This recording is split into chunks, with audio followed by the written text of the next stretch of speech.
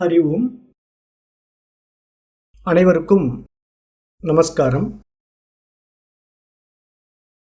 இப்போ நம்ம மாண்டுக்கிய உபனிஷதம் வகுப்பு பார்த்துக்கிட்டு இருக்கோம். இப்போ கடந்த வகுப்புகளில் 5 மந்திரங்கள் வரைக்கும் பார்த்து முடித்தோம். இப்போ இன்றைய வகுப்பில் 6வது மந்திரம் என்ன சொல்லுது அப்படின்னு பார்க்கலாம். ஏச சர்வேஸ்வரஹ ஏச சர்வக்ன ஏஷோ அந்தர்யாம் ஏச யோனிகி சர்வஸ்ய பிரபவாப்ய யோகி பூதானாம்.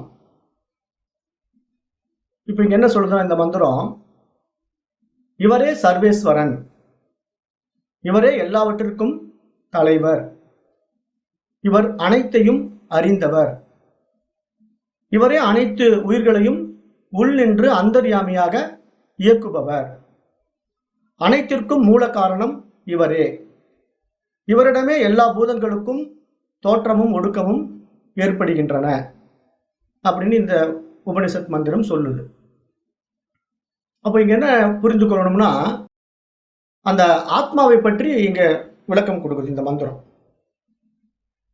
இப்போ நம்ம ஆத்மாவுடைய அனுபவம் ஆழ்ந்த உறக்க நிலையிலோ விழிப்பு நிலையிலோ கனவு நிலையிலோ நம்மளால தெரிந்து கொள்ள முடியாமல் இருப்பதற்கு காரணம் என்ன அப்படின்னா, நம்மிடம் அந்த இருமைகள் இருப்பதனால தெரிந்து கொள்ள முடியவில்லை அப்படிங்கிறது நம்ம கடந்த வகுப்புகள்ல பார்த்தோம். இப்போ இந்த மந்திரத்தில் என்ன சொல்லுதுன்னா, ஆழ்ந்த உறக்க நிலையில் இருக்கும் ஆத்மனின் சிறப்பு இயல்புகளை பற்றி பேசுது. அவர் அனைத்திற்கும் அவர்தான் தலைவன், அவர்தான் அனைத்தையும் அறிந்தவர், அவர்தான் அனைத்திற்கும் பிறப்பிடமாகவும் இருக்கிறார், அனைத்து உயிர்களின் தோற்றத்திற்கும் முடிவுக்கும் அவரே காரணமாக இருக்கிறார் அப்படின்னு இந்த உபனிஷத் மந்திரம் நமக்கு சுட்டி காட்டுது. அப்புறம் மேலும் இந்த ஆழ்ந்த உறக்க நிலையை பற்றி விளக்கப்படும் பொழுது, இப்ப இந்த புற உலகம், அதிலிருந்து நாம் பெறும் அனுபவங்கள், மன உலகம், அதிலிருந்து நாம் பெறும் அனுபவங்கள் ஆகியவை சேர்ந்ததே நம்முடைய வாழ்க்கை அப்படிங்கிறதையும் இங்கு சுட்டி காட்டுது. அப்ப இதெல்லாம் எப்படி நமக்கு தெரிகிறது, இப்ப நம்முடைய வாழ்க்கை எப்படி நடைமுறைப்படுத்தப்படுகின்றது அப்படின்னு பார்த்தா, நான் என்ற உணர்வு, இப்ப நான் என்ற உணர்வு ஒன்று இருக்கிறதுனால தான் இங்க எல்லாமே நமக்கு தெரிகின்றது. அப்ப அந்த நான் என்ற உணர்வின் வாயிலாகத்தான் நாம் இந்த 3 அனுபவங்களையும் அடைகின்றோம். அப்ப அந்த 3 அனுபவங்களும் எப்படி நமக்கு கிடைச்சிருக்குது, விழிப்பு, கனவு, ஆழ் உறக்க நிலை என்ற நிலையிலே 3 அனுபவங்கள் நமக்கு உண்டாகின்றன.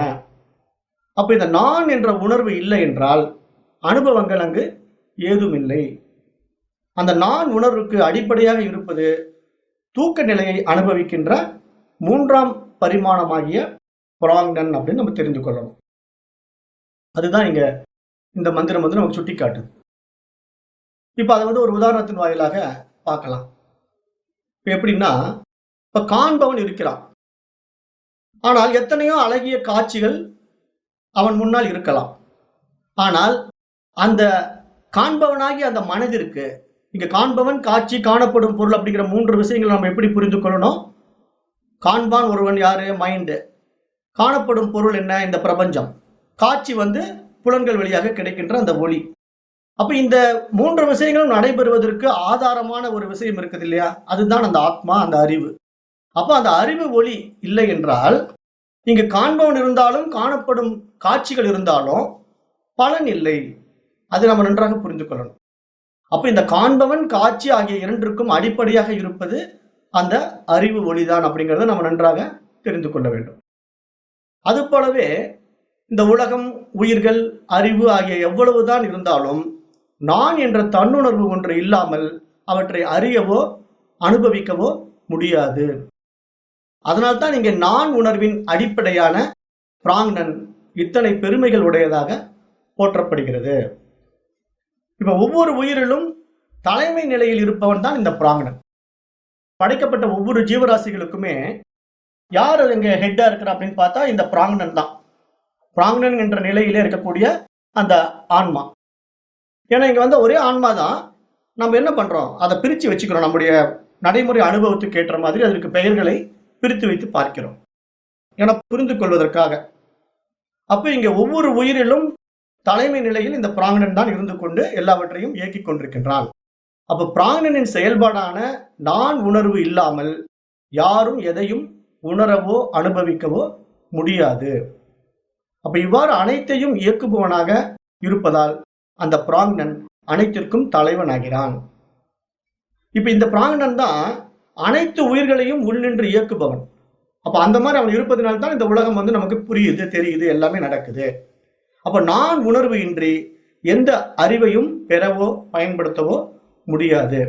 ஆகவே பிராக்ஞன் மட்டுமே அனைத்தையும் அறிபவன் ஆகிறான் அப்படின்னு இந்த மந்திரம் நமக்கு சுட்டிக்காட்டுது. இப்போ இந்த மாதிரி மந்திரங்கள் சுட்டிக்காட்டிட்டு இருக்கும்போது இந்த பிராக்ஞனை பத்தி ரொம்ப பெருமையா இந்த உபனிஷத் மந்திரம் சுட்டிக்காட்டுது. அதாவது பிராக்ஞனில் ஒடுங்கி மீண்டும் அவனில் வெளிப்படுவதான அத்தனை விஷயங்களும் தோற்றத்திற்கும் இவனேதான் காரணம். எங்கு மூலத்திலிருந்து இந்த பிரபஞ்சம் படைக்கப்படுகின்றதோ அந்த மூலத்திலேயே தான் ஒடுங்குகிறது. ஏன்னா இப்ப நம்ம உறங்கும் போது எங்க போயிடுறோம், மனசு எங்க போயிடுது, காரணத்தேகத்துல போய் ஒடுங்கிடுது. ஆழ்ந்த உறக்கத்திலே காரணத்தேகத்திலே போய் ஒடுங்கிடுது. அப்ப அந்த காரணத்தேகம்ங்கிறது என்னன்னா, நம்ம ஏற்கனவே பார்த்த மாதிரி தான் 3 பிரபஞ்சங்கள்ல அது காரண பிரபஞ்சமாக இருக்கிறது. அப்ப அங்க என்ன, அது மாயையினுடைய இடம் அது. ஏன்னா இங்க தோன்றி மறையக்கூடிய விஷயங்கள் எல்லாமே சாஸ்வதம் கிடையாது, சத்தியம் கிடையாது, வந்து போகின்றவைகள். அப்படிங்கிறதுனால இந்த தோற்றத்திற்கும் ஒடுக்கத்திற்கும் இந்த பிராக்ஞனுடைய இருப்பிடம் தான் காரணமாக இருக்கின்றது. அப்போ இதை நம்ம எப்படி புரிந்து கொள்ளலாம் மேலும் விவரமாக அப்படின்னு இந்த 3 பேருடைய விஷயங்களை பார்க்கும்போது, இப்ப நம்ம இதை பற்றி ரொம்ப விரிவாக இந்த கௌடபாதருடைய காரிகையை நம்ம இதுல சப்போர்ட் பண்ணிக்கிறோம். கௌடபாதர் என்ன சொல்ல போறார், ஆதிசங்கருடைய குரு கௌடபாதர் இருக்கார் இல்லையா, அவருடைய காரிகையை எடுத்து அதனுடைய விளக்க உரையோட நம்ம இதை பொருத்தி பார்க்கும்போது, இப்ப இதுவரைக்கும் நம்ம பார்த்த இந்த ஆன்மாவினுடைய 4 பரிமாணங்களையும் தெளிவா நமக்கு விளக்க போகிறார். அப்ப அதை நம்ம ஒவ்வொன்றா பார்க்கலாம். இப்ப கௌடபாதருடைய காரிகையை எடுத்துக்கலாம். இப்ப மேல நம்ம 3 நிலைகளை பார்த்தோம். இப்போ 4வது நிலை 4ஆம் பரிமாணம் ஆன்மா. முதல் 3 பரிமாணம் தான் நம்ம பார்த்துட்டோம். விஸ்வன், அதாவது வைஸ்வானரன், தைஜசன், பிராக்ஞன் என்ற 3 நிலைகளை பற்றி பார்த்தோம். இப்ப கௌடபாதர் காரிகை என்ன சொல்லுது அப்படிங்கும்போது, கௌடபாதரும் இதே மாதிரி அவருடைய சமஸ்கிருத மொழியில அவரு செயல் வடிவில இதுக்குண்டான விளக்க உரைகளை கொடுத்திருக்கிறார். அதுல முதல் செயல் என்ன சொல்லுது அப்படின்னு பார்ப்போம். கௌடபாதருடைய காரிகை, பகிப்பிரக்னோ விபுகு விஸ்வகா யந்தகா பிரக்னஸ்து தைஜசகா கணகா பிரக்னகா ததா பிராக்னா ஏக ஏவ த்ரிதா சம்ருதகா. இது முதல் சூத்திரம், கௌடபாதருடைய காரிகையில முதல் சூத்திரம். இங்க அவர் என்ன இதுக்கு விளக்கம் கொடுக்கிறார் அப்படின்னு பார்த்தா, விஸ்வன் என்பவன் விழிப்பு நிலையில் இருக்கின்றான். இப்ப அந்த விழிப்பு நிலையில் இருப்பவனே நம்ம இங்க ஜீவன் அப்படின்னு எடுத்துக்கணும். ஏன்னா இங்க நம்ம ஆன்மா அப்படிங்கும்போது நிறைய பேர் குழப்பம் வருது இல்லையா, ஜீவாத்மா பரமாத்மா அப்படின்ற புரிதல் இல்லாம பிரச்சனைகள் வரக்கூடாதுங்கிறதுனால இங்க நம்ம பொதுவாக அதை ஜீவன் புரிந்து கொள்ளலாம். மனசுதான் இங்க ஜீவன். அப்ப இங்க விஸ்வன் என்பவன் விழிப்பு நிலையிலே ஜீவன் ஆகிறான். அவன் எங்கும் நிறைந்தவன், வெளிப்பொருள்களை நோக்குவது போன்ற அறிவுடையவன். ஏன்னா அவன் தான் இங்க ஒவ்வொரு பொருளையும் புறத்துல தெரிந்து கொள்கிறான். எந்த அடிப்படையில தெரிந்து கொள்கிறான் விஸ்வன்? இந்த உடலில் இருக்கின்ற புலன்களின் வாயிலாக ஒவ்வொன்றையும் அனுபவமாக்கி தெரிந்து கொள்கிறான். ஏன்னா கண்களால் ஒரு காட்சியை பார்க்கிறோம், காதுகளால் சில விஷயங்களை கேட்கிறோம், மூக்குனால் சில வாசனைகளை நுகர்கிறோம். அப்ப இந்த புலன்கள் வழியாக நமக்கு கிடைக்கின்ற அனுபவங்கள் எல்லாம் ஒரு தொகுப்பாக மனம் என்ன பண்ணுது, அந்த அனுபவங்களை சேகரித்து கொண்டு சித்தத்திலே பதிவு செய்து கொள்கிறது. அப்ப அந்த அனுபவங்கள் தான் நமக்கு கனவுலையும் வெளிப்படுகின்றது அப்படின்னு நம்ம கடந்த மந்திரங்கள் மூலமாக பார்த்தோம். அப்ப இங்க தைஜசன் என்பவன் கனவு நிலை ஜீவனாவான். விஸ்வன் யாரு? விழிப்பு நிலை ஜீவன். தைஜசன் என்பவன் கனவு நிலை ஜீவன். அவன் மனத்தினுள் இருக்கும் வாசனை மயமான அறிவை உடையவன். ஏன்னா இங்க கனவு என்ன பண்ணுது, பல கற்பனைகளை சிறகு விரித்து புதிய புதிய உலகங்கள் எல்லாம் படைத்து அனுபவித்துக் கொண்டிருக்கின்றது. தைஜசனுடைய நிலைப்பாடு அப்படித்தான் இருக்கிறது. கனவுல நிறைய கனவு உலகங்கள் நம்மால் படைக்கப்படுகின்றன. அப்ப அந்த கனவு உலைகள் என்ன, நம்முடைய மனதினுடைய வாசனைகள் தான். நம்ம ஏற்கனவே பதியப்பட்ட பதிவுகள் மூலமாகத்தான் அவைகள் கனவாக வெளிப்படுகின்றன அப்படின்னு நம்ம கடந்த வகுப்புல பார்த்தோம். அப்ப அந்த அடிப்படையிலே தைஜசன் என்பவன் கனவு நிலையிலே வெளிப்படுகின்றான். பிராக்ஞன் என்பவன் உறக்க நிலை ஜீவனாவான். அவன் வேறுபாடு தோன்றாத கெட்டியான அறிவை உடையவன், நிலையான அறிவை உடையவன் அப்படிங்கிறாரு. இப்ப இதை இந்த விளக்க உரை கௌடபாதர் கௌடபாதர் என்ன பண்றாருன்னா, முழுமையாக இந்த உபனிஷத்தை எடுத்து அவருடைய விளக்கமாக இங்க கொடுத்திருக்கிறார். அந்த சமஸ்கிருத மொழியில் இருக்கக்கூடிய அந்த விளக்க உரையை இப்ப நம்ம தமிழாக்கம் பண்ணி இப்ப சொல்றோம். அப்போ ஒரே ஜீவனை இங்கு மூன்றாக கருதப்படுகிறான் அப்படின்னு நீங்க புரிந்து கொள்ளணும். அதாவது விஸ்வனும் விராட் புருஷனும் ஒருவரே என்ற அடிப்படையில் அவனை எங்கும் நிறைந்தவன் என்று இந்த மந்திரம் சுட்டிக்காட்டுகின்றது. ஏன்னா நம்ம இந்த உபனிஷத் மந்திரங்களை வரிசையா பார்த்துக்கிட்டு வந்தப்போ விஸ்வன் பார்த்தோம், விராட் பார்த்தோம், ஹிரண்ய கர்ப்பன் பார்த்தோம், அப்புறம் ஈஸ்வரன் அப்படின்னு பார்த்தோம். இந்த மாதிரி பல பெயர்கள் ஒவ்வொரு நிலைப்பாட்டிலும் அதற்கு ஒரே ஆண்மனுக்கு பல பெயர்கள் கொடுத்தோம். அந்த பல பெயர்களும் எந்த அடிப்படையில கொடுத்தோம்? இந்த உடலும் மனமும் இருப்பதினாலே அந்த உடலுக்கும் மனதிற்கும் உண்டாகின்ற அனுபவங்களினுடைய அடிப்படையில கொடுத்தோம்.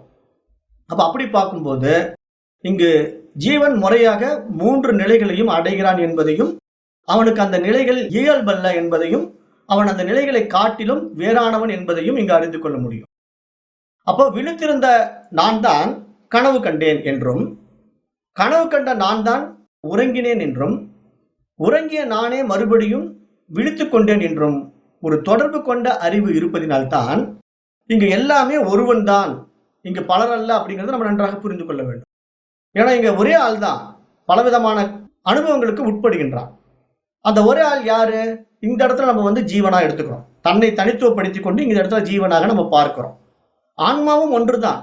ஆனா இங்க புரிதலுக்காக, நம்முடைய புரிதலுக்காக இங்க தனித்துவமாக நம்ம ஜீவன் என்று எடுத்துக்கொண்டு அந்த ஜீவனுக்கு உண்டான அனுபவங்களை இங்க பார்த்து கொண்டிருக்கின்றோம்.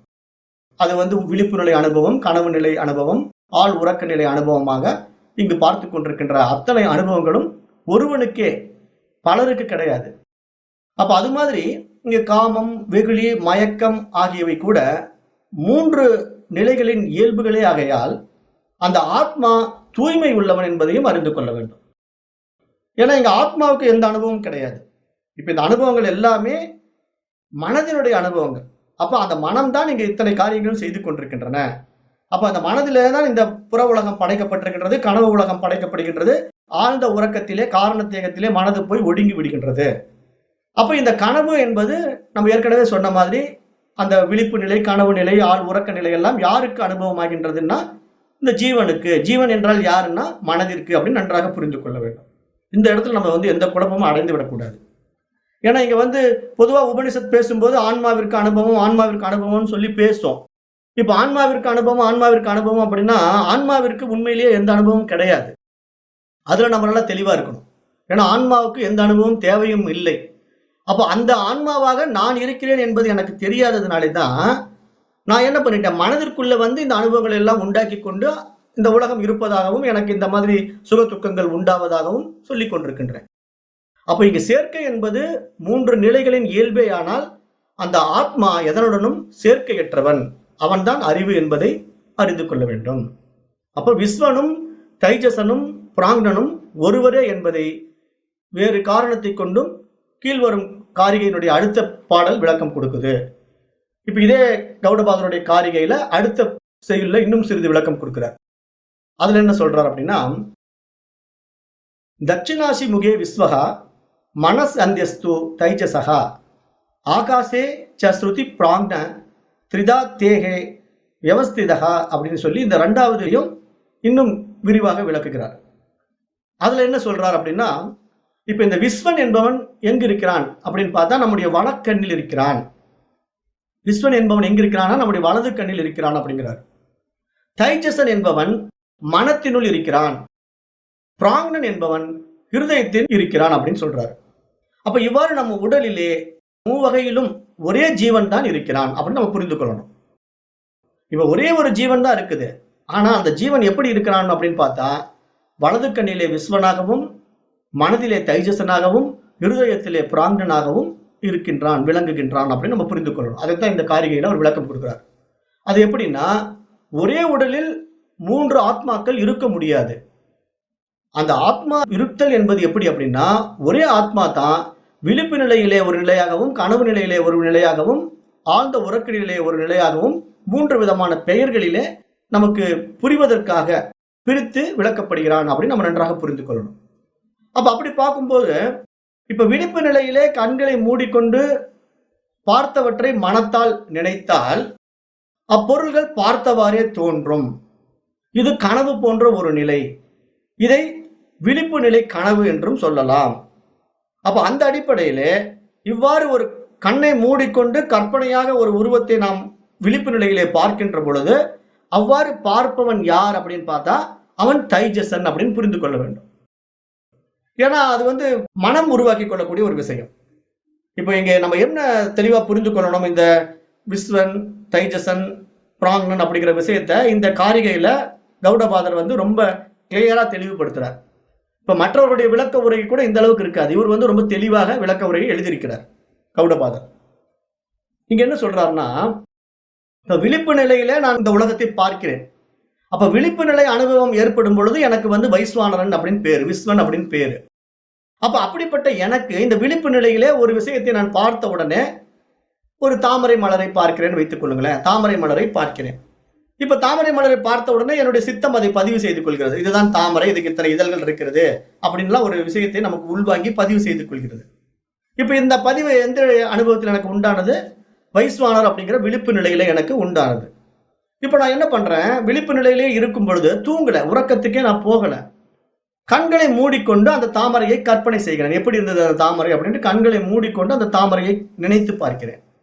இப்ப நான் நினைத்து பார்க்கின்ற அந்த விஷயம் எங்கிருந்து நான் எடுக்கிறேன்? ஏற்கனவே நான் சித்தத்தில் பதிவு செய்து கொண்ட தாமரையிலிருந்து எடுக்க போறேன். ஏன்னா எனக்கு தாமரைங்கிற ஒரு விஷயம் எப்படி தெரியும்? எனக்கு கண்கள் வழியாக பார்த்து புற விஷயங்களில் அடையப்பட்ட அனுபவமாகிய வைஸ்வானரன் நிலையிலே நான் எடுத்துக்கொண்ட விஷயம் அது. அது எனக்கு சித்தத்திலே பதிவு செய்யப்பட்டு இருப்பதை கண்களை மூடிக்கொண்டு அந்த தாமரையை நான் வரவழைத்து மனக்கண்ணால் பார்க்கிறேன். இப்ப நான் புறக்கண்ணால் பார்க்கவில்லை, மனக்கண்ணால் பார்க்கிறேன். அப்படி மனக்கண்ணால் நான் பார்க்கின்ற பொழுது நான் வைஸ்வானரன் கிடையாது, நான் தைஜசன். அப்ப எனவே விஸ்வனே கண்களை மூடிக்கொண்டு பொருள்களை நினைத்து பார்க்கும் போது தைஜசன் ஆகிறான் அப்படின்னு இங்க சுட்டி காட்டுறாரு. அவனே யாதொன்றையும் நினைக்காமல் இருந்தால் பிராங்னன் ஆகிறான். இந்த நிலையில் விழிப்பு நிலைக்கும் கனவு நிலைக்கும் அப்பாற்பட்ட உறக்க நிலை அப்படிங்கிறத நம்ம புரிந்து கொள்ளணும். ஏன்னா இங்க 3 நிலைகளும் இப்படித்தான் உபதேசிக்கப்படுகிறது. இந்த மாண்டூக்கிய உபநிஷத்து இப்படித்தான் உபதேசிக்கிறது. அதை ஒரு விளக்கம் கொடுக்கிறார். அப்ப பார்த்தலும் நினைத்தலும் மனத்தின் அசைவுகளே ஆகும். அந்த அசைவுகள் இல்லாத போது ஜீவன் ஹிருதயத்தில் தன் உண்மை வடிவான சத்தாக விளங்குகிறான். அவர் எப்படி விளக்கம் கொடுக்கிறார் பாருங்க, ரொம்ப அருமையாக விளக்கம் கொடுக்கிறார். பார்க்கின்ற பொழுதும் நினைக்கின்ற பொழுதும் அது மனத்தின் அசைவு.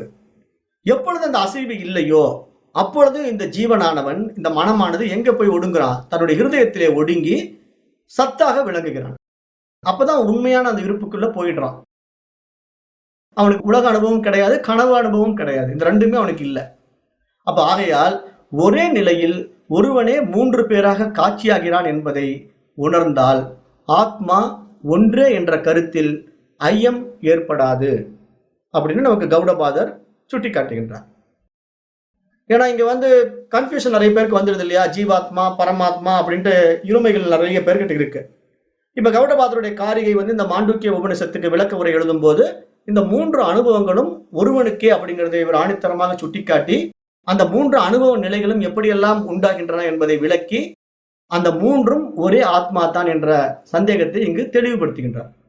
அப்ப ஜீவன் விழிப்பில் நம் எல்லா உறுப்புகளிலும் உள்ளவனே, எனினும் வலக்கண்ணில் இருப்பவன் என்று கூறியது அக்கண்ணுக்கு பார்க்கும் திறமை அதிகம் என்ற கருத்தை முதன்மையாக கொண்டு கூறப்பட்டதாகும்.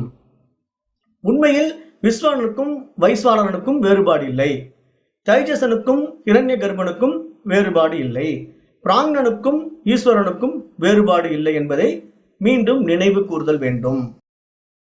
அப்ப விஸ்வன், தைஜசன், பிராங்னன் ஆகிய மூவருக்கும் உள்ள உலக போகங்களை அடுத்த ஒரு செயலிலே சூத்திரத்திலே விளக்குகிறார். அந்த விளக்கம் என்னன்னு பார்ப்போம். விஸ்வோஹி ஸ்தூல புக் நித்யம் தைஜசகா பிரவிவிக்த புக் ஆனந்த புக் ததா பிராங்னகா த்ரிதா போகம் நிபோதா ஸ்தூலம் தர்ப்பயதே விஸ்வம் பிரவிவிக்தம் து தைஜசம் ஆனந்தஸ்ச சதா பிராங்னம் த்ரிதா திருப்திம் நிபோததா. இங்க என்ன சொல்றாருன்னா,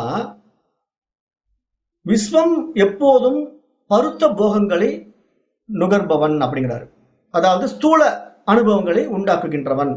இங்க பருத்த நுண்ணிய அப்படிங்கிற வார்த்தை எப்படி புரிந்து கொள்ளணும் அப்படின்னா, இப்ப விஸ்வன் ஒரு ஸ்தூல நிலையிலே பருப்பொருள்களை பார்க்கக்கூடியவனாக இருக்கிறான். ஆனால் தைஜசன் எப்படி இருக்கிறான்? நுட்பமான நுண்ணிய போகங்களை அனுபவிப்பவனாக இருக்கிறான். ஏன்னா நம்ம ஏற்கனவே பார்த்தோம், விஸ்வன் என்கின்ற நிலைப்பாடு என்ன? விழிப்பு நிலை அனுபவமாக இருப்பதனால விழிப்பு நிலை அனுபவத்திலே இந்த உலகம் நமக்கு விரிகின்றது. ஆனால் தைஜசன் என்பது கனவு நிலை அனுபவம், அது நுட்பமான அனுபவம். அப்ப இங்க இரண்டுக்கும் உள்ள வித்தியாசம் புரிந்து கொள்ள வேண்டும்.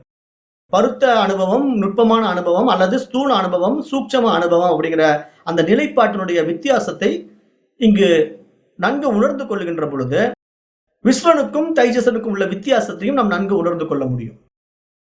அப்ப எப்போதும் ஆனந்தத்தை நுகர்பவன் யாரோ அவனே பிராங்னன் என்பதையும் நாம் அறிந்து கொள்ள வேண்டும். ஏன்னா இங்க ஆனந்தம் யாருக்கு கிடைக்குது? ஆழ்ந்த உறக்க நிலையில இருக்கக்கூடிய பிராங்னனுக்கு தான் கிடைக்குது. அவன் தான் என்ன பண்றான்? இந்த கனவு அனுபவம் இல்ல, நினைவு அனுபவம் இல்ல, ஆழ்ந்த உறக்கத்திலே ஆனந்தமாக உறங்கிக் கொண்டிருக்கிறான். அப்ப அந்த நிலை அனுபவம் பிராங்னனுக்கு கிடைக்கின்றது. அப்ப இந்த 3 வகையான நுகர்வுகள் யாருக்கு கிடைக்கின்றன அப்படின்னா, இந்த மனதிற்கு, இந்த ஆத்மாவிற்கு, ஜீவனுக்கு கிடைக்கின்றது என்பதை புரிந்து கொள்ள வேண்டும். ஏன்னா இங்க உபனிஷத் மாத்தி மாத்தி பேசும். ஆன்மாங்கும், ஜீவன் அப்படிங்கும், மனம் அப்படிங்கும். இங்க நாம அந்த விஷயத்துல கிளியரா இருக்கணும். ஏன்னா இங்க துவைதைகளை போய் சிக்கிக்கிட்டு இது ஜீவாத்மா, அது பரமாத்மாங்கிற குழப்பம் வரக்கூடாது அப்படின்னு தான் நேர்த்தே ஆதிசங்கரர் தெளிவுபடுத்திட்டார். என்ன சொன்னாரு? சாங்கிய மத கோட்பாட்டை எடுத்துக்காதீங்க. ஏன்னா நீங்க ஆத்மா ஜீவாத்மான்னு பிரிச்சீங்கன்னா அங்க என்ன ஆயிடும்? நிறைய ஆத்மாக்கள் இருப்பதாக மாறிவிடும். அப்ப அதுல குழப்பம் வந்துவிடும். இருப்பது ஒரே ஆத்மா தான். அதனால புரிதலுக்காக இங்க நம்ம ஒவ்வொன்றையும் பிரிச்சு சொல்றோங்கும் போது நீங்க உடனே பல ஆத்மாக்கள் இருக்கிறது என்று தவறாக புரிந்து கொள்ள வேண்டாம் அப்படிங்கறத நேத்து பகவான் ஆதிசங்கரர் தன்னுடைய பாஷ்யத்துல தெளிவுபடுத்திட்டார். இப்ப இன்றைக்கு கௌடபாதர் அவருடைய குருநாதராகிய கௌடபாதருடைய காரிகையிலையும் இவரும் அதை தான் தெளிவுபடுத்துகிறார். அப்ப மகான்கள் எல்லாம் சரியாகத்தான் நம்மை வழிநடத்தி கொண்டிருக்கின்றார்கள். நம்முடைய புரிதலில் தான் இங்கு தவறு இருக்கின்றது என்பதை நாம் ஆழமாக சிந்தித்து புரிந்து கொள்ள வேண்டும். இல்லைன்னா தவறாக புரிந்து கொள்ளும் போது நாம் செய்கின்ற ஒவ்வொரு விஷயமே தவறாகவே முடிந்துவிடும். அப்ப அந்த விஷயத்துல நம்ம ரொம்ப தெளிவா இருக்கணும். அதைத்தான் இங்க இவர் சுட்டி காட்டுறார். அப்போ மேற்கூறிய நுகர்பவனையும் நுகர்பொருளையும் அறிவதால் ஏற்படும் துணை பயனை அடுத்த மந்திரத்திலே கூறுகின்றார். அது எப்படி அப்படின்னா, திரிச தாமசு யத் போஜ்யம் போக்தா யஸ்ச பிரகீர்த்திதா வேதைத்ததுபயம் யஸ்துச புஞ்ஞானே நலிப்யதே. இங்க என்ன சொல்றாருன்னா, மூவகை நிலைகளிலும் உள்ள நுகர்பவனையும் நுகர்பொருளையும் எவன் நன்கு அறிகிறானோ அவன் அப்பொருளை நுகர்வதால் யாதொரு மாறுபாட்டினையும் அடைவதில்லை. இதை எப்படி நம்ம புரிந்து கொள்ளணும் அப்படின்னா, இங்க மனதிற்கு ஏற்படுகின்ற அந்த அனுபவங்கள் யாருக்கு? அதனால் வருகின்ற இன்ப துன்பங்கள் யாருக்கு? ஆத்மாவுக்கா? அப்படின்னா எப்பயுமே ஆத்மாவுக்கு எந்த அனுபவமும் கிடையாது. இன்ப துன்ப அனுபவம் எல்லாம் ஆத்மாவுக்கு கிடையவே கிடையாது. இங்க எல்லாமே ஒவ்வொரு நிலைப்பாட்டில் இருக்கக்கூடிய அந்த ஜீவனுக்கு, மனதிற்கு தான் அந்த அனுபவம் எல்லாம். ஒரு இன்பம் ஏற்பட்டாலும் அதுல மகிழ்ச்சி அடைவது மனசு தான். ஒரு துன்பம் ஏற்பட்டாலும் அதில் துக்கம் அடைவது மனசு தான். ஆனால் இந்த இன்பமும் துன்பமும் ஆன்மாவிற்கு கிடையாது. அதை நம்ம நன்பாக இங்க புரிந்து கொள்ள வேண்டும்ங்கிறத இங்க அவர் புரிய வைக்கிறார் இந்த இதுல. அப்போ இந்த நுகர்வோன் ஆகியவன், இந்த 3 அனுபவங்களை உள்ளடக்கியவனான ஒருவனே 3ஆக தோன்றுகின்றான். ஏனெனில் 3 நிலைகளிலும் அவனே நான் என்று உணரப்படுகிறான். ஏன்னா அந்த உள்ளுணர்வு, நான் என்ற தன்னுணர்வு 3 நிலைகளிலும் உணரப்படுகின்றது. அப்படி உணரப்படும் பொழுதுதான் நான் ஒவ்வொரு நிலையிலும் நான் இருப்பதை என்னால் தெரிந்து கொள்ள முடிகின்றது.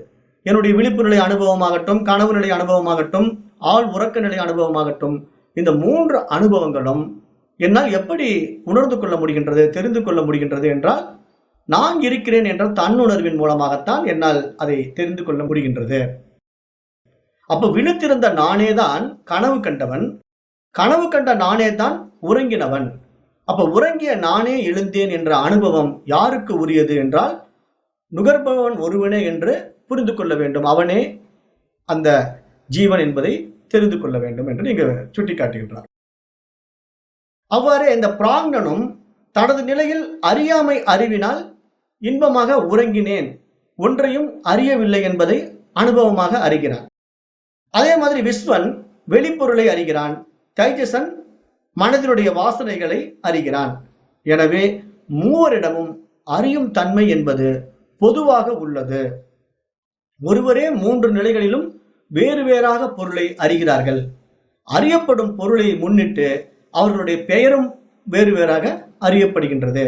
ஆகவே இங்கு எல்லாம் ஒருவரே. அதை நாம் இங்கு நன்கு அறிந்து கொள்ள வேண்டும் அப்படிங்கிறது இங்க இந்த உபநிஷத்து நமக்கு சுட்டி காட்டுது. அதைதான் இந்த கௌடபாதருடைய காரிகையும் நமக்கு சுட்டி காட்டுது. இப்ப மாண்டூக்கிய உபநிஷதம் அப்படின்னாலே எல்லாம் ஒன்றே அப்படிங்கிறது அதனுடைய சாரம். அதனுடைய முக்கிய சாரமே எல்லாம் ஒன்றே. அதை நம்ம நன்றாக தெரிந்து கொள்ள வேண்டும். அந்த அடிப்படையில் தான் நீங்க அவர் நமக்கு உபதேசம் சொல்லிட்டே வர்றார். அப்ப இவ்வாறு அறிந்தவன் தன்னுடைய போகத்தால் மாறுபடுவதில்லை. அப்ப இந்த மாதிரி 3 வித அனுபவங்களுக்கு உட்படுகின்றவன் என்ன ஆகிறான்? தன்னுடைய போகத்தினாலே மாறுபடுகின்றானா? மாறுபடுவதில்லை. ஏனெனில் அவ்வாறு அனுபவப்படுகின்றவன் ஸ்தூல நிலையிலாகட்டும் சூட்சும நிலையிலாகட்டும் உண்மையான ஆத்மாவுக்கு அது பொருந்தவே பொருந்தாது அப்படிங்கிறது இங்க சுட்டி காட்டுகின்றார். ஏன்னா இங்க இந்த அனுபவங்கள் மனதிற்கே உண்டாவதனால அந்த அனுபவம் ஆத்மாவிற்கு கிடையாது. ஆனால் இந்த மனதிற்கு இந்த அனுபவம் உண்டாவதற்கு எது ஆதாரமாக இருக்கிறது அப்படின்னா ஆத்மா தான் ஆதாரமாக இருக்கிறது. அந்த வித்தியாசம் நமக்கு நன்றாக புரியணும். ஏன்னா அந்த அறிவு இருப்பதினால்தான் இங்க மனம் பிரகாசிக்க முடியும். அந்த அறிவு இல்லை என்றால் இந்த மனம் பிரகாசிக்க முடியாது. அப்ப இது எல்லாமே அந்த ஆத்மாவின் மீது ஏற்றி வைக்கப்பட்ட விஷயங்கள் அப்படிங்கறத இந்த மந்திரங்கள் எல்லாம் நமக்கு சுட்டி காட்டுகின்றன. அப்ப இங்க ஆத்மாவின் 3 வகை அனுபவங்களும் அத்தியாசிக சம்பந்தத்தினாலே ஏற்படும் அனுபவங்கள் ஆகும். அதுதான் நான் ஏற்கனவே சொன்னேன். அது மாயையினாலே ஏற்படுகின்ற ஒரு அனுபவம். இல்லாத ஒன்று இருப்பதாக மனம் கற்பித்துக் கொள்கின்ற கற்பிதம் அப்படின்னு சுட்டி காட்டுகின்றார். அதாவது ஆத்மா அனுபவிப்பவன் போல் விளங்குகின்றானே அன்றி உண்மையாக நாம் உண்பது போல அவன் அனுபவிப்பது இல்லை. நுகர்பொருளை அவன் விளக்குவதால் அவனே நுகர்பொருளாகிறான் என்ற மயக்கம் நம்மிடத்திலே உண்டாகின்றது. இந்த உண்மையை அறிந்தவன் தான் ஆத்மாவாகவே இருப்பதால் போகத்தால் ஏற்படும் வேறுபாடுகளை அவன் அடைவதில்லை அப்படின்னு நீங்க சுட்டி காட்டுகின்றார்.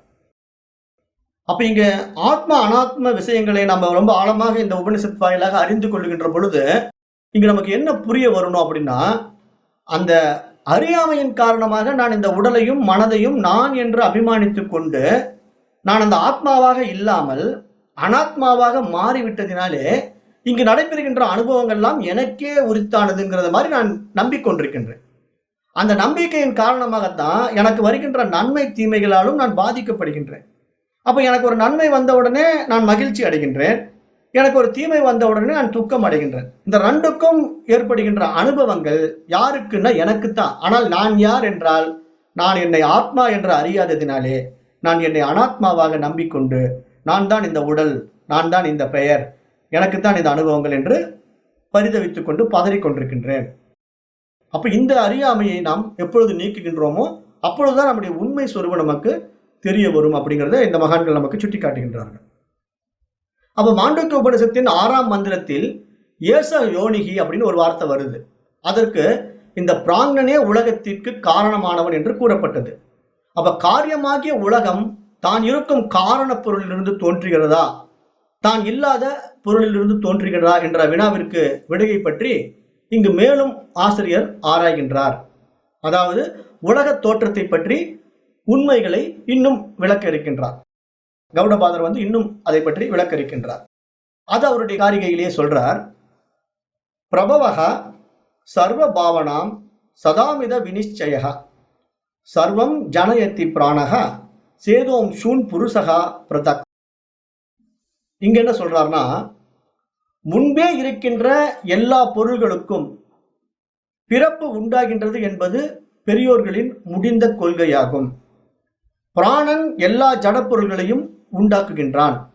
புருஷன் தன் அறிவின் ஒளித்திவளைகளாகிய ஜீவர்களை தனியே உண்டாக்குகின்றான் அப்படின்னு இந்த மந்திரத்துக்கு உண்டான பொருள் விளக்கம் கொடுக்கப்படுகின்றது. இப்ப இதை நம்ம மீண்டும் விளக்கமாக பார்த்தோம் அப்படின்னா, இந்த உலகப் பொருள்கள் நாம் தோன்றுவதற்கு முன்பு பெயரும் வடிவமும் இல்லாத பீஜ வடிவான மாயையில் அடங்கி இருந்தன. அப்போது அவைகளுக்கு பெயரும் இல்லை, வடிவமும் இல்லை, 2மே இல்லாமல் தான் அவைகள் இருந்தன. அது எப்படி?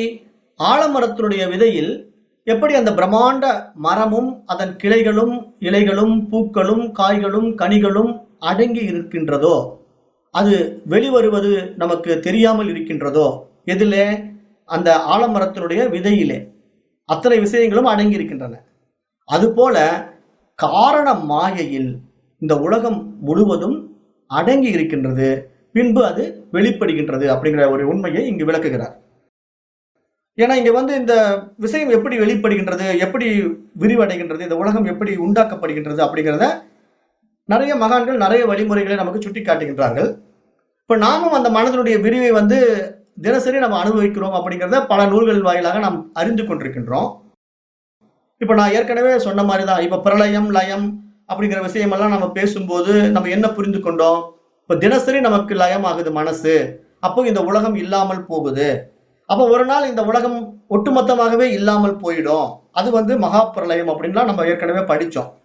அப்ப அந்த அடிப்படையில இப்ப இந்த உலகம் எப்பொழுது படைக்கப்படுகின்றதுன்னா, இந்த மனசு விழிப்பு நிலைக்கு வரும்போதுதான் இந்த உலகம் படைக்கப்படுகின்றது. இப்ப நம்ம இரவு தூங்க போகும்போது இந்த மனசு என்ன ஆகுது? உறக்கத்துக்கு போயிடுது. உறக்கத்துல போகும்போது இங்க விழிப்பு நிலை உலகம் மறைஞ்சு போயிடுது. அந்த வைஸ்வானருடைய அனுபவம் அங்க நின்னு போகுது. அப்புறம் யாருடைய அனுபவம் அங்க உண்டாகுது? 2 பேருடைய அனுபவங்கள் உண்டாகுது. ஒருத்தன் தைஜசன், இன்னொருத்தன் பிராங்னன். அப்ப தைஜசனுடைய அனுபவம் என்ன நடக்குது? கனவு உலகமாக விரியுது. இந்த புற உலகம் மறைந்து அக உலகமாகிய ஒரு கனவு உலகம் விரியுது. அந்த கனவு உலகம் எங்கிருந்து விரியுது அப்படின்னு பார்த்தா, புற உலக வாசனைகள் தான். மனதிலே ஏற்கனவே ஏற்படுத்தி கொண்ட புற உலக வாசனைகள் இருப்பதினாலே சித்தத்திலிருந்து அந்த பதிவுகளை எடுத்துக்கொண்டு மனமானது கனவு உலகை படைத்துக் கொண்டு தைஜசன் வாயிலாக அனுபவித்துக் கொண்டிருக்கின்றது. அப்ப அப்படிப்பட்ட ஒரு நிலையை கடந்து மீண்டும் நான் ஆள் உறக்கத்துக்கு போகும்போது எனக்கு நனவு உலக அனுபவமும் இல்லை, கனவு உலக அனுபவமும் இல்லை. அப்ப 2 உலகமும் இல்லாமல் ஆள் உறக்கத்திலே நான் ஆனந்தமாக உறங்கிக் கொண்டிருக்கின்ற ஒரு நிலைப்பாடு அங்கு உண்டாகி விடுகின்றது.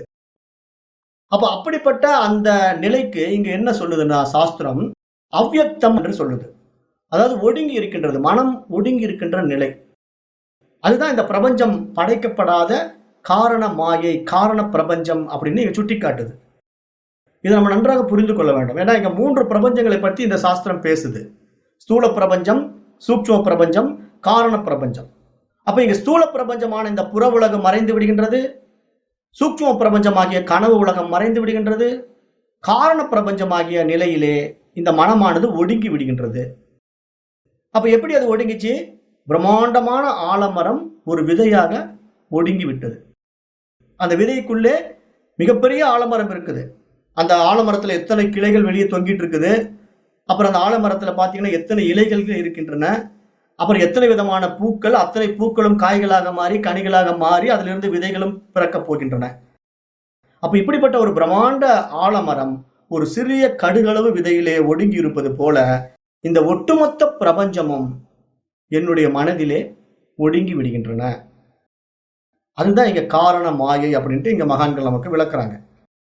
அப்போ உலகம் இல்லாமல் இருந்து தோன்றுகின்றது என்று கொள்வது ஒரு பொருத்தமற்ற முடிவாகும்.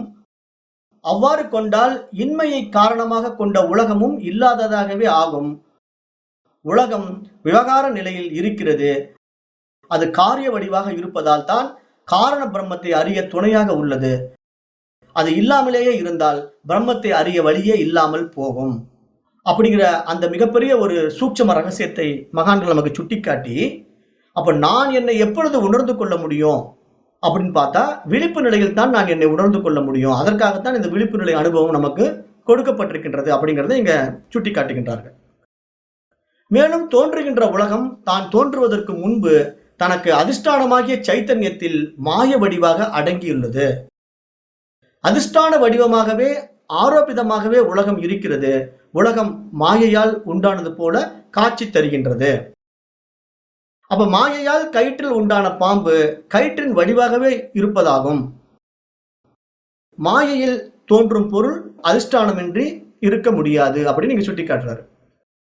அதுபோல உலகமும் தான் தோன்றுவதற்கு முன்பு பிரம்மத்தின் மாயை வடிவமாக இருந்து பிறகு உண்டாயிற்று அப்படின்னு நீங்க சுட்டி காட்டுகின்றார். அப்ப இங்க நம்ம என்ன இங்க புரிந்து கொள்ளணும் அப்படின்னா, இந்த பாயிண்டை எடுத்துக்கிட்டு எப்படி புரிந்து கொள்ளணும்னா, இப்போ இந்த மாயை அப்படிங்கிற ஒரு விஷயம் எப்படி படைக்கப்பட்டிருந்ததுன்னா இந்த 3 திரிபுட்டியில வந்தது அப்படின்னு நம்ம பார்த்தோம். அதாவது காண்பான், காட்சி, காணப்படும் பொருளாகிய இந்த 3 விஷயங்களின் மூலமாகத்தான் இந்த அனுபவங்கள் எல்லாம் நமக்கு உண்டாகின்றன. அதை நம்ம எப்படின்னா திரிபுட்டியில 3 விஷயங்களை பேசும்போது நிறைய பொருள்களை எடுத்து பிரித்து பார்க்கலாம். இப்ப அறிபவன், அறிவு, அறியப்படும் பொருள் அப்படின்னு எடுத்துக்கலாம்.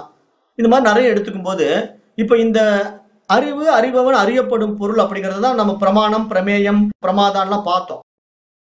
அப்ப அப்படி பார்க்கும்போது இங்க என்ன நம்ம புரிந்து கொள்ளணும் அப்படின்னா, இப்ப இந்த அனுபவங்கள் மனதிற்கு உண்டாக வேண்டும் என்றால், மனம் ஒரு விஷயத்தை படைத்து அதை திருப்பி விட்டு விட்டு ஒடுங்க வேண்டும் என்றால், இப்ப இந்த 3 அனுபவங்களும் நடைபெறுவதற்கான ஆதார பொருளை நாம் அறிந்து கொள்ள வேண்டும் அப்படிங்கறத இங்க உபநிஷத் சுட்டிக்காட்டுது.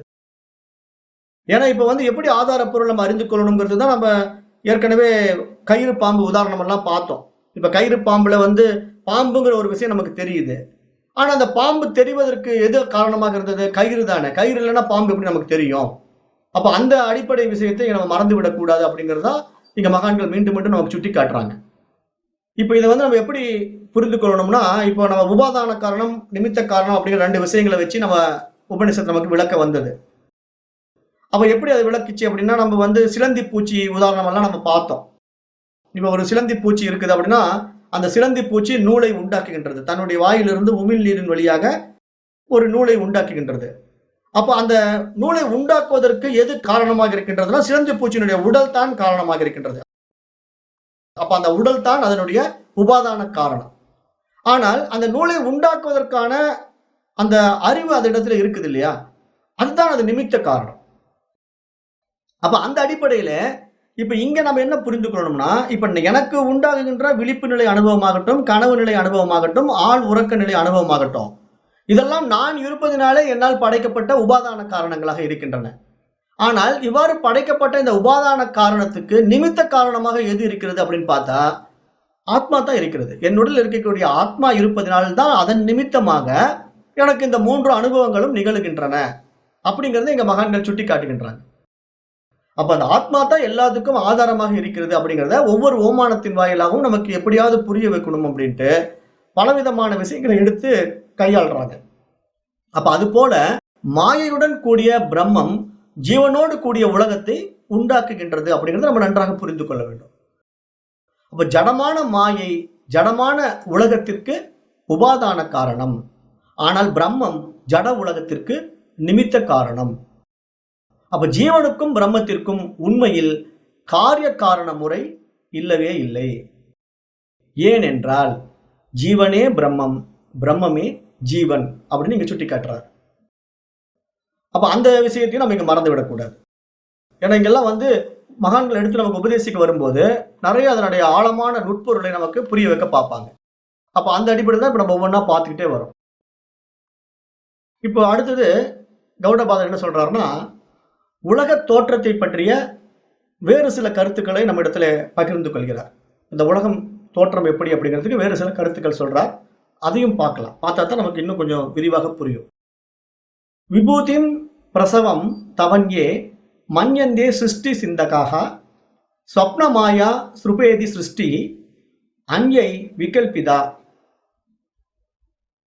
இங்க என்ன இதுக்கு பொருள் அப்படின்னா, சிலர் இறைவனுடைய திறமைகளின் விளக்கங்களே உலக தோற்றம் என்பார்கள். வேறு சிலர் உலக தோற்றம் கனவு போன்றது என்பார்கள். அது மாயை போன்றதாகும் என்று பலவாறாக கூறுவார்கள். இவ்வாறு கூறுபவர்கள் உலக தோற்றத்தையே சிந்திப்பவர்கள் அப்படின்னு கௌடபாதர் இங்க ஒரு ஆழமான விஷயத்தை இங்க சுட்டி காட்டுகின்றார். இப்ப அவர் சொல்ல வர்ற விஷயம் ரொம்ப நுட்பமான விஷயம். அதை மீண்டும் நம்ம அவர் சொல்ற பாணியிலேயே பார்க்கும்போது தான் தெளிவுபடுத்திக்க முடியும். இங்க இந்த மந்திரத்துல என்ன சொல்றாருன்னா, கௌடபாதருடைய காரிகையில என்ன சொல்றாருன்னா, சிலர் இறைவனுடைய திறமைகளின் விளக்கங்களே உலக தோற்றம் அப்படிங்கிறாங்க. வேறு சிலர் என்ன சொல்றாங்கன்னா, இந்த உலக தோற்றம் கனவு போன்றது அப்படிங்கிறாங்க, அது மாயை போன்றது அப்படிங்கிறாங்க. இவ்வாறு கூறுபவர்கள் உலக தோற்றத்தையே சிந்திப்பவர்கள் அப்படிங்கிற ஒரு விஷயத்தை இங்க எடுத்து சொல்றார். அப்ப இது என்ன அப்படின்னு விளக்கமா பார்த்தோம்னா, இறைவனுக்குள்ள திறமைகள் கணக்கற்றவை. அத்திறமைகளின் வெளித்தோற்றமே உலகம் என்று சிலர் கூறுகின்றார்கள். அத்திறமைகளும் அழிவுள்ளவை, அவற்றின் தோற்றமான உலகமும் அழிவுள்ளது. ஆகையால் அது கனவு பொருள் போன்றது, மாயை போல் உண்மையற்றது என்று வேறு சிலர் கூறுகின்றார்கள். இவ்வாறு முடிவுபடுத்திக் கொண்டு கூறுபவர்களுக்கு உலகம் எப்படி உண்டாயிற்று என்று ஆராய்வதில் தான் முதன்மையான நோக்கம் இருக்கின்றது. அதற்கு அடிப்படையான உண்மை பொருளை அறிவதில் அவர்களுக்கு நோக்கம் இல்லை.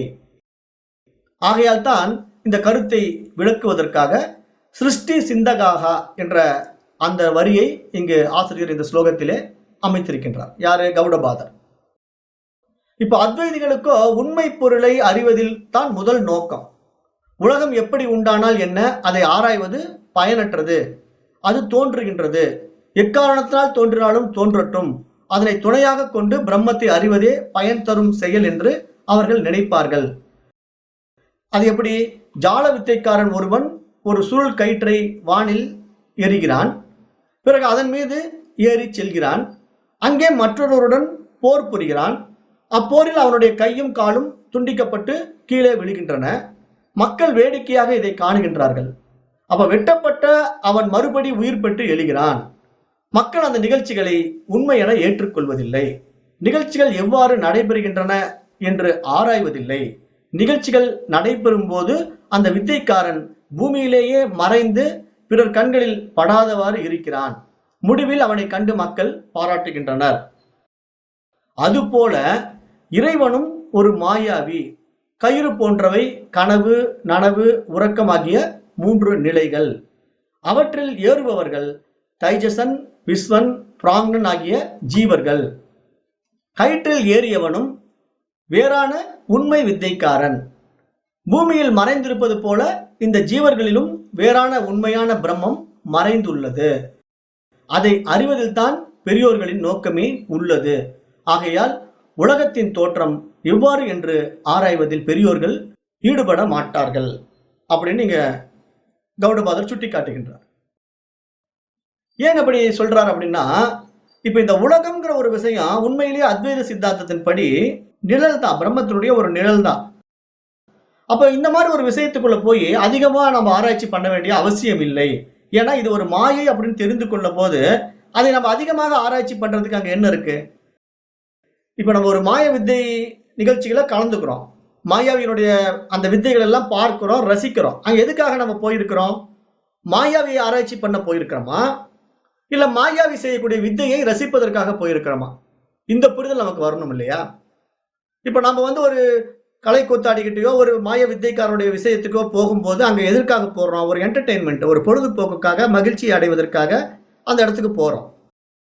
அப்ப அங்க போன உடனே மாயாவி காட்டக்கூடிய வித்தைகளை பார்த்து நம்ம ரசித்து விட்டுத்தான் வர வேண்டுமே தவிர, அந்த மாயாவி எப்படி அதை செய்கிறான் என்ற ஆராய்ச்சியில நம்ம ஈடுபட்டோம் அப்படின்னா அந்த வித்தையை நம்மளால ரசிக்க முடியுமா? அங்க ரசிக்க முடியாம போயிடும். அப்ப அது மாதிரி இங்க மகான்கள் என்ன சொல்ல வராங்கன்னா, இந்த ஆத்ம ஞானத்தை அடைந்த ஞானிக்கு இந்த உலகம் உண்மையில் இல்லை என்பது தெரியும். ஆனால் அந்த உலகம் என் மீது ஏற்றி வைக்கப்பட்டிருக்கின்றது என்பதும் தெரியும்.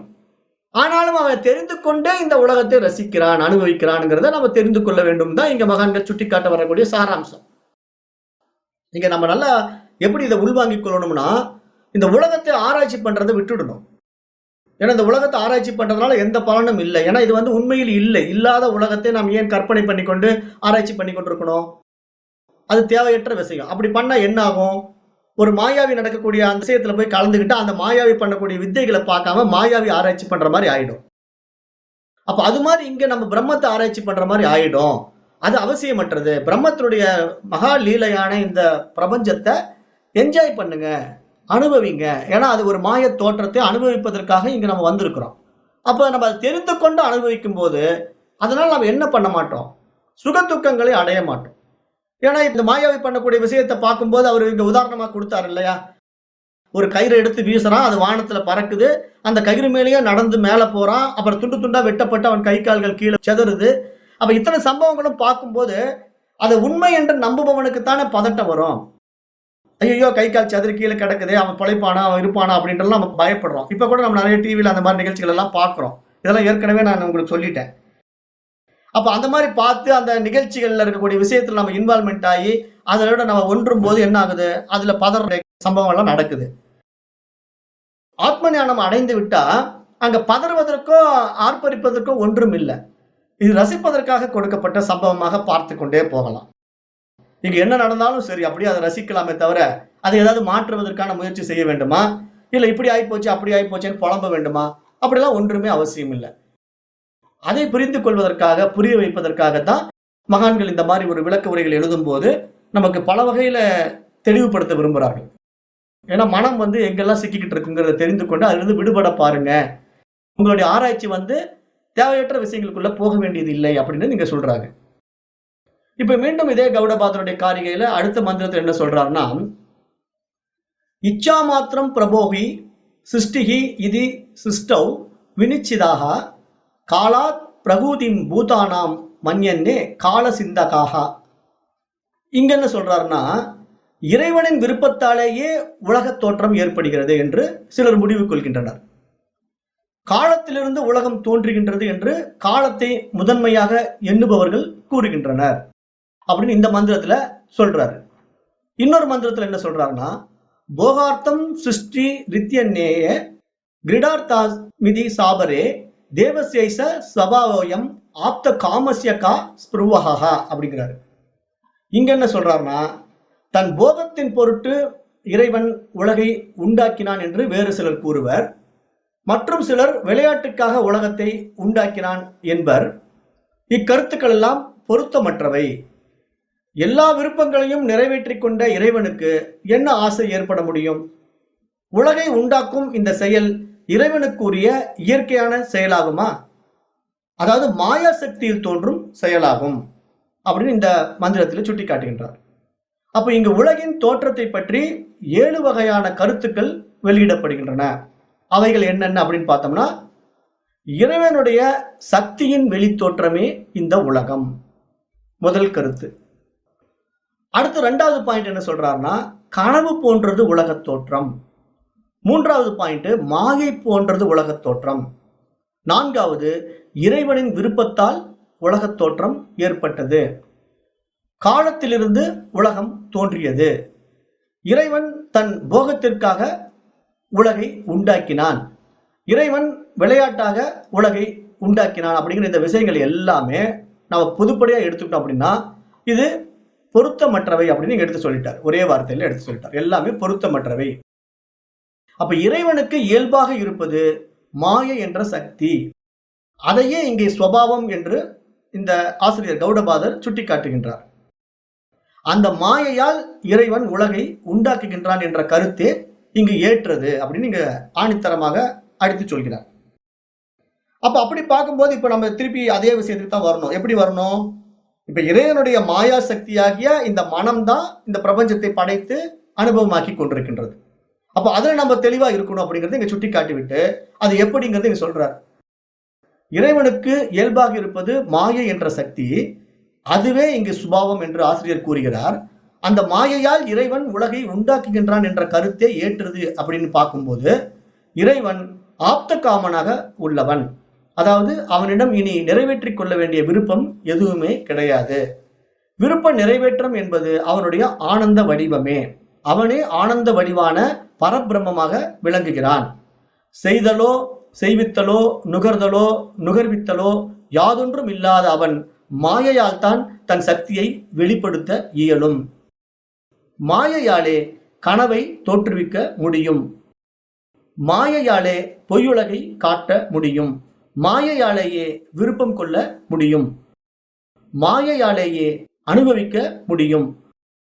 மாயையாலேயே விளையாட்டாக ஏற்றுக்கொள்ள முடியும். காலம் என்பது மாயையால் இறைவனிடம் தோன்றும் பொருளேயாகும். தனியான அவனிடமிருந்து உலகம் தோன்றிற்று என்பதற்கு சான்றுகள் இல்லவே இல்லை. இறைவன் எவ்வகையான விவகாரங்களும் இல்லாதவன், அறிவாகவும் ஆனந்த வடிவாகவும் உள்ளவன். அவனிடம் தோன்றும் செயல்களும் குணங்களும் மாயையால் தான் தோன்ற வேண்டும். ஆகையால் இறைவன் செய்யும் உலகத் தோற்றம் மாயாமய தோற்றமே ஆகும். மேலே கூறிய 7 வகையான தோற்ற முறைகளும் இந்த கருத்திலே அடங்கி விடுகின்றன. ஆகையால் அவைகள் பொருத்தமற்றவை என்று கௌடபாதர் தன்னுடைய காரிகையிலே இதுவரைக்கும் நம்ம பார்த்த இந்த 6 விதமான மந்திரங்களுக்கும் தெளிவான ஒரு விளக்க உரையை நமக்கு கொடுத்து விட்டார். இப்ப நம்ம இதுவரைக்கும் ஒரு 6 மந்திரங்கள் பார்த்திருக்கிறோம். அதுல ஆன்மாவினுடைய 4 நிலைகளை தனித்தனியாக பிரித்து பார்த்தோம். அதுல முதல் நிலை வைஸ்வானரன், அப்புறம் தைஜசன், பிராங்னன் பார்த்தோம். இந்த 3 நிலைகளுக்கும் அப்பாற்பட்ட 4வது நிலை ஆன்ம நிலை அப்படின்னு பார்த்தோம். இப்ப இந்த ஆன்ம நிலையினுடைய அனுபவத்திலே மிகவும் நெருங்கியவனாக யார் இருக்கிறான் அப்படின்னு பார்த்தோம்? பிராங்கன் இருக்கிறான் என்று பார்த்தோம். ஏன்னா பிராங்கன் மட்டும்தான் ஆழ்ந்த உறக்கத்திலே ஆனந்தம் அடைகிறான் அப்படின்னு பார்த்தோம். அப்ப எப்படி நம்ம இந்த விஷயங்களை ரொம்ப டீப்பாக பார்த்து மிகப்பெரிய மகான்களுடைய விளக்க உரைகளை நம்ம பொருத்தி பார்த்து கௌடபாதருடைய காரிகையும் ஆதிசங்கருடைய பாஷ்யத்துக்கும் எடுத்து நம்ம இங்க ஆராய்ச்சி பண்ணி பார்க்கும்போது என்ன ஒரு தெளிவுக்கு இப்ப நம்ம வரணும்? இந்த ஒட்டுமொத்த பிரபஞ்சமும் மனதின் படைப்பு. ஆனால் அப்படிப்பட்ட இந்த ஒட்டுமொத்த பிரபஞ்சமும் மனம் படைக்க வேண்டும் என்றால் அந்த மனதிற்கு அதிஷ்டானம் எது என்று பார்த்தால் அந்த ஆன்மா, அந்த அறிவு அப்படிங்கிறத நம்ம தெள்ள தெளிவாக இங்கு புரிந்து கொள்ள வேண்டும். அப்ப ஆன்மா இல்லாவிட்டால் இங்க எதுவுமே இல்லை, மனசும் கிடையாது, இந்த உலகமும் கிடையாது. அப்ப எல்லாமே அந்த ஆன்மா தான் இருக்கின்றதுனால தெரிகிறது. அப்ப இத்தனை விஷயங்களும் யார் மீது ஏற்றி வைக்கப்பட்டிருக்கின்றது? ஆன்மாவின் மீது ஏற்றி வைக்கப்பட்டிருக்கின்றது. அந்த விஷயத்துல நம்ம ரொம்ப தெளிவாக இருக்க வேண்டும். அப்ப இதுவரைக்கும் நம்ம ஆத்மாவுடைய 3 பாதங்களை பார்த்துட்டோம். அதாவது வைஸ்வானரன், தைஜசன், பிராங்கணன் என்ற 3 பாதங்களை பார்த்துட்டோம். இப்ப 4வது பாதத்தை பார்க்க வேண்டும். அது நம்ம நாளைய வகுப்புல பார்ப்போம். ஏன்னா அது பெரிய சப்ஜெக்டா இருக்குது. அதனால இப்ப நம்ம உபனிஷத்து அடிப்படையில பார்க்கும்போது, இந்த காரிகையை எடுத்துக்கிட்டு பார்க்கும்போது இன்னும் நம்ம கொஞ்சம் நல்லா தெளிவுக்கு வந்திருப்போம். ஏன்னா இது மற்ற ஆட்கள் சொல்லி புரிய வைக்கிறத விட உயரிய மகான்கள் ஆதிசங்கருடைய குருவே நமக்கு சொல்லி புரிய வைக்கும் போது இன்னும் நமக்கு நிறைய விஷயங்கள் தெளிவாகும். அப்படிங்கிறதுனாலதான் அதை நம்ம உதாரணமாக எடுத்துக்கொண்டோம். அப்ப இங்க நம்ம இப்ப கடைசியா பார்த்த இந்த 6வது மந்திரத்துல என்ன சொல்ல வருது அப்படின்னு பார்க்கும்போது பிராங்கணனை பற்றி மிக சிறப்பாக பேசப்படுகின்றது. அந்த அடிப்படையில் இப்ப நம்ம பிராங்கனுடைய அடுத்த விஷயங்களையும் கொஞ்சம் மேலோட்டமாக பார்த்து விடுவோம். அதாவது இறை அறிவு இந்த உலகியல் பொருள்களை அறிவதால் ஏற்படுவது அல்ல. அதில் நம்ம தெளிவாக இருக்கணும். ஏன்னா நமக்கு ஏற்படுகின்ற இறை அறிவு இருக்கு இல்லையா, இறைவனை பற்றி தெரிந்து கொள்ளக்கூடிய அறிவு, அது இந்த உலகியல் பொருள்களை அறிவதால் ஏற்படுவது அல்ல. அவைகளை உணர்ந்து அறிவதாலும் ஏற்படுவது அல்ல. ஏற்றி வைக்கப்பட்ட எந்த ஒரு அறிவும் உணர்வும் அந்த பிரக்ஞை ஆகிவிடாது, நம்முடைய சுய அறிவு ஆகிவிடாது. அதை நம்ம நன்றாக இங்கு புரிந்து கொள்ள வேண்டும். அப்ப நாம் வெளி உலகில் இருக்கும் எதை அறிந்து உணர்ந்தாலும், அவற்றின் தன்மையை அறிந்து கொண்டாலும், அவற்றின் மீது முழுக்க முழுக்க கட்டுப்பாட்டை செலுத்த இயலாது. அறிவு சக்தி என்று சொல்லப்பட்டாலும் அது சக்தி ஆகாது. வெளி அறிவு நமது ஐம்புலன்களினாலும் அறியப்படும் அறிவு, நமது உணர்வுகளாலும் அறியப்படும் அறிவு. முழு சக்தியை நமக்கு அது வழங்குவதே கிடையாது. ஏன்னா அது புற அறிவு. அப்ப உயிர்கள் விழித்திருக்கும் நிலையில் இருக்கும்போது அதன் அறிவு ஐம்புலன்களினால் கிடைக்கும் ஒன்றே. ஏன்னா இங்க பிராங்கணனுடைய நிலைப்பாடு என்ன தெரியுமா? அது சுய அறிவு, அக அறிவு, தன்னுணர்வு. ஆனா நாம தெரிந்து கொள்ளக்கூடிய இந்த விழிப்பு நிலை அனுபவமாகட்டும் எல்லாமே ஐம்புலன்களுடைய அடிப்படையிலே மனதை பிரதானமாக வைத்துக்கொண்டு நம்ம இந்த புற விஷயங்களை பூரா உள்வாங்கிக் கொண்டிருக்கின்றோம். அப்ப அப்படிப்பட்ட அந்த அறிவு புற அறிவு உண்மை அறிவு ஆகிவிடாது அப்படிங்கிறத இங்க சுட்டி காட்டுகின்றார். அதனால்தான் இறைவன் உள்ளுணர்வானவன், அவன் உள்ளறிவு, தன்னுணர்வு அப்படிங்கறத எங்க மகான்கள் சுட்டி காட்டுகின்றார். அதனால்தான் அவர் நம்ம என்ன சொல்றோம்? கடவுள் என்று அழைக்கிறோம். ஏன் கடவுள் என்று அழைக்கிறோம்? உள்ளத்தை கடந்தவர். அந்த உள்ள கடந்து போகணும். நமக்குள்ள கடந்து போகும் பொழுதுதான் அந்த கடவுளை நாம் தெரிந்து கொள்ள வேண்டும். அப்ப இறைவனிடமிருந்து தான் அனைத்தும் தோன்றுகின்றன, அவனுள்ளே தான் அனைத்தும் அடங்குகின்றன. அவனின் சக்தியில் ஒரு சிறு பங்கே நமக்கு கிடைக்கின்றது. அதைத்தான் நாம் நனவு உலகிலும் கனவு உலகிலும் கையாளுகின்றோம். ஆழ்ந்த உறக்க நிலையில் அப்பரம்பருடன் ஒன்று விடுகின்றோம். அந்த நிலையிலே நமக்கு எதுவும் தேவைப்படுவது இல்லை. அளவிட முடியாத ஆனந்த நிலையில்தான் அந்த ஆழ்ந்த உறக்க நிலையிலே நாம் இருக்கின்றோம். அந்த ஆழ்ந்த உறக்க நிலையில் கிடைக்கும் ஆனந்தத்தை ஒருவன் 1000 கோடி பொற்காசுகள் கொடுத்தாலும் அடைய முடியாது. ஏன் அப்படின்னா, இப்போ ஒரு 1000 கோடி பணம் தரேன், நீங்க தூங்காம இருங்க, நீங்க ஒரு 10 நாளைக்கு தூங்காம இருக்கணும், அப்படி தூங்காம இருந்தீங்கன்னா உங்களுக்கு ஒரு 1000 கோடி நான் பணம் கொடுத்துட்றேன்னு சொன்னா யாராவது இருக்க முடியுமா? ஏன்னா 1000 கோடி பணம் பெருசா, நமக்கு உறக்கம் பெருசா? யோசனை பண்ணி பாருங்க. அப்ப யாராலும் அப்படி இருக்க முடியாது. ஏன்னா ஒரு 2 நாள் தூங்காம இருந்தீங்கன்னா அவ்வளவுதான், 3வது நாள் தானாவே தூங்கிடுவீங்க, இல்லைன்னா மென்டல் ஆயிடுவீங்க. 2 தான் நடக்கும்.